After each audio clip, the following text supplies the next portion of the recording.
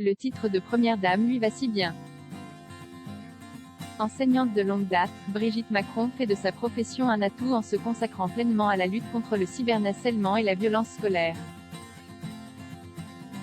Elle prône notamment une meilleure sécurisation des réseaux sociaux pour les plus jeunes dans une vidéo diffusée lors de la conférence internationale de l'UNESCO, au Mexique.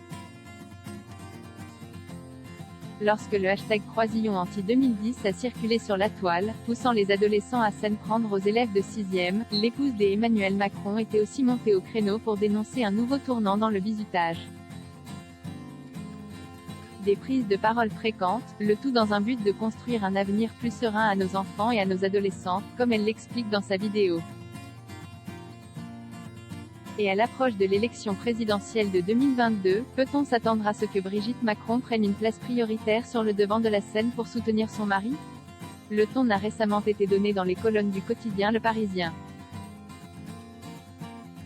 Elle va faire comme depuis le début, c'est-à-dire être à sa juste place, sans chercher la médiatisation à tout va, a confié un conseiller de la première dame.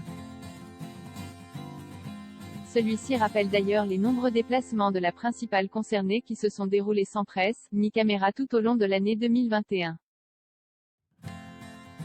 Avant d'insister, et on ne changera pas quoi que ce soit, Brigitte Macron, il y a toujours des fantasmes. Brigitte Macron continuera donc d'apporter son aide tout en laissant la lumière à Emmanuel Macron.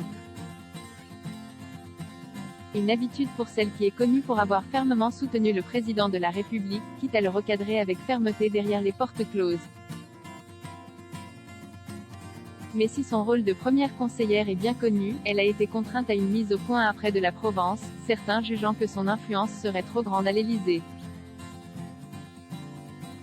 Il y a toujours des fantasmes autour de l'épouse du président de la République, donc je le rappelle toujours. Je ne suis pas élue, je suis à côté de lui, je le répercute, a-t-elle ainsi lancé.